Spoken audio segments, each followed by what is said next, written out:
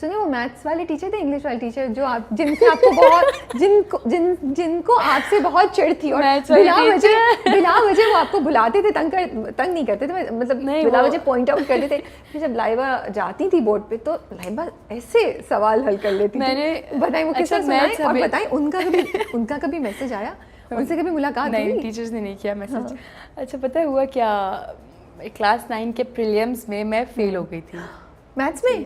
नहीं, total maths तो था नहीं 9th में, तो मैं एक में पास हुई। इंग्लिश में, इंग्लिश था वो, तो उसमें मैं पास हो गई, बाकी सब फेल। लाइबा खान फेल हो गई भाई, अम्मी से पड़े थप्पड़। मैंने कहा अच्छा ओके कोई बात नहीं, 1 महीने बाद एग्जाम्स है। मैंने तो आप यकीन करें मैंने पूरी बुक्स याद कर ली।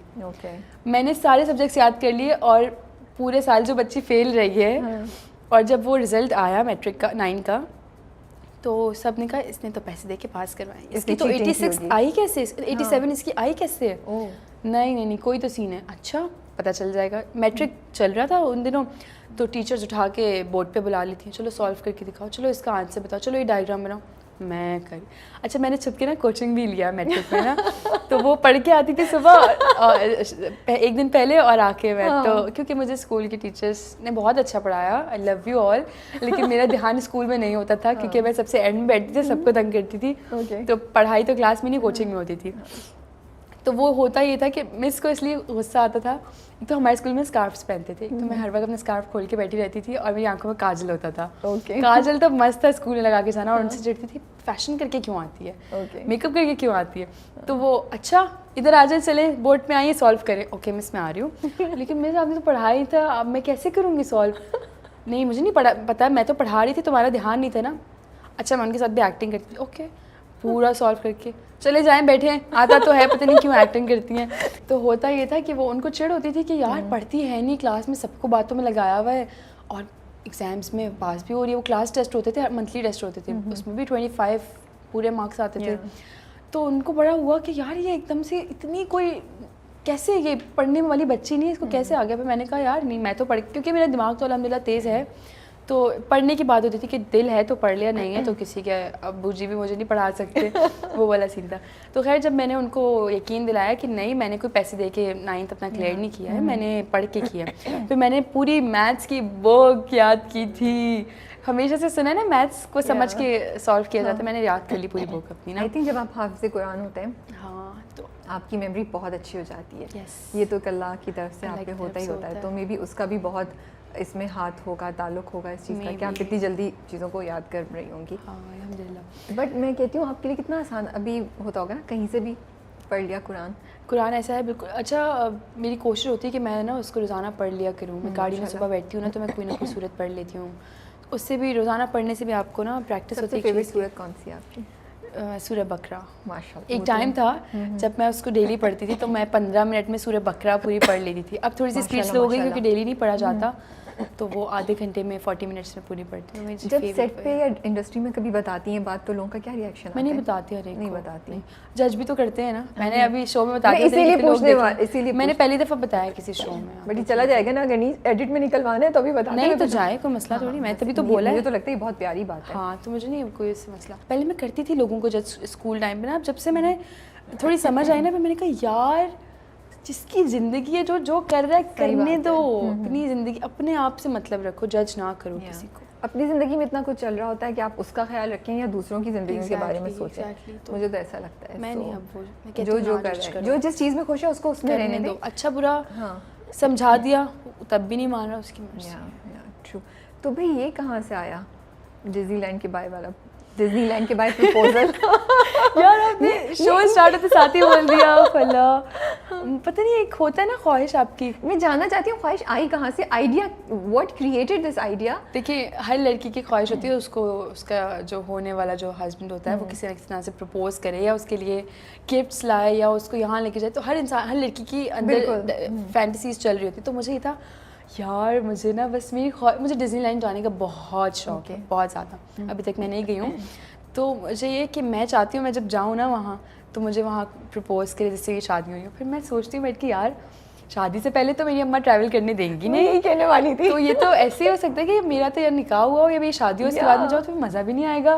क्या मज़ा आएगा? और अगर वो लेके जा भी रहो बाय somehow ये हो भी तो जाए, उसके घर वाले भी हो, मेरे घर वाले भी तो हो, आपको पता चल जाएगा अच्छा ये तो मुझे प्रपोज करने वाला है, तो मतलब डिज्नीलैंड लेके जा रहा है। तो ये चीज़ मुझे लगता है पता नहीं। तो अब ये फैंटेसी चेंज हो गई है या अभी तक है? क्यों नहीं है, ये रहेगी।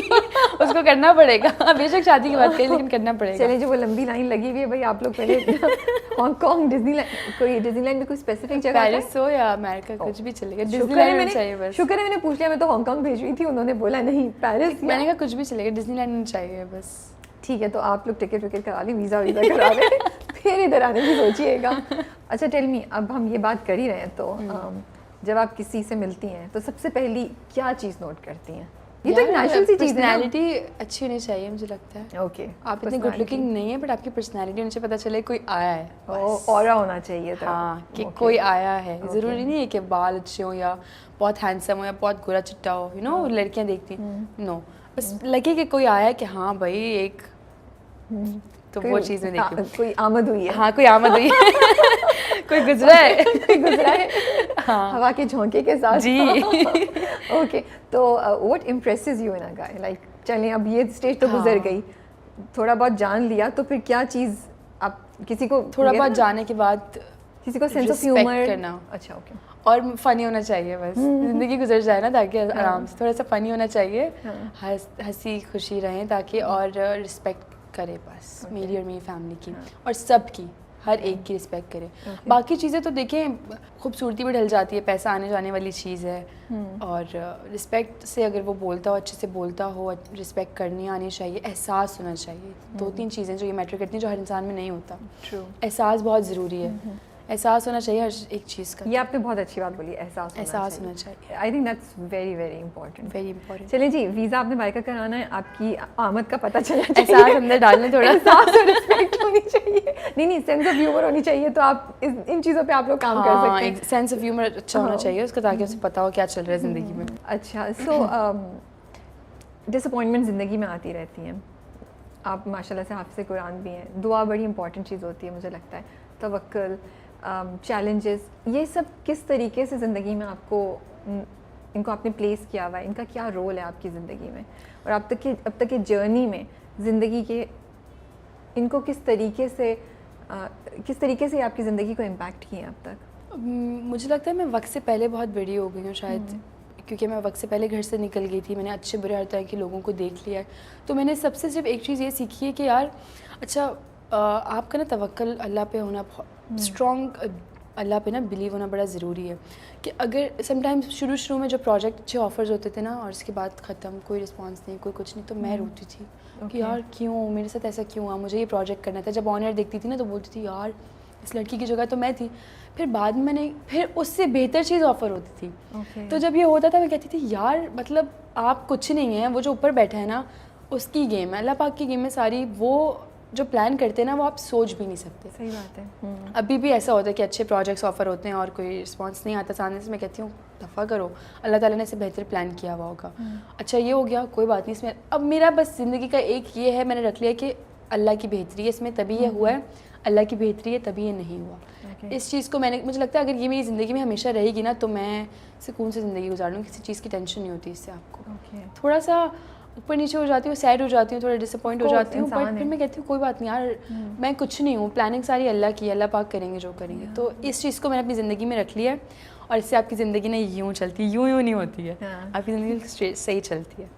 दुआ कितनी इंपॉर्टेंट है आपकी ज़िंदगी? दुआ बहुत इंपॉर्टेंट है। दुआ क्योंकि अच्छा कुछ दिन पहले मैं एक पोस्ट देख रही थी, मेरे एक दोस्त हैं, उन्होंने भी मुझे बताया कि इंसान को कहा जाता है कि नसीब में लिख दिया गया है, क्या फ़िक्र है, क्या ज़रूरत है कुछ करने की या दुआ करने की। हो सकता है नसीब में ही लिखा हो कि दुआ से आपका मुकद्दर, आपके नसीब में ही लिखा हो कि जो दुआ तुम करोगे तुम्हें वो मिलेगा। तो दुआ तो बहुत इंपॉर्टेंट है, दुआ अपने लिए भी करें, दुआ दूसरों के लिए भी करें। सही बात है। अच्छा बताएं, कोई इंसान जो इंडस्ट्री में नया आ रहा है या आ रही है, तो क्या 2 से 3 चीज़ें जिसके लिए आप उनको वार्न करना चाहेंगी, या आपको लगता है कि उनको ये प्रिपेयर होकर आना चाहिए, या जहन में ये 3 चीज़ें रखनी चाहिए? अच्छा एक तो ये भी होता है ना कि बेचारे कुछ बहुत ही शुरू से स्टार्ट करते हैं जो बहुत उनको काम नहीं मिल पा रहा होता। मैं आपको फिर एक बार बोलूँगी, लक की गेम है, पता है आपको सारे, लक की गेम है। बहुत से जब हम शादी सीक्वेंसेस शूट कर रहे होते हैं हॉस्पिटल के, तो मैंने बड़े टैलेंटेड एक्टर्स को देखा जो जूनियर कास्ट होती है, वो इतना अच्छा परफॉर्म कर रहे होते हैं लिटरली। मैं समटाइम्स बोलती हूँ यार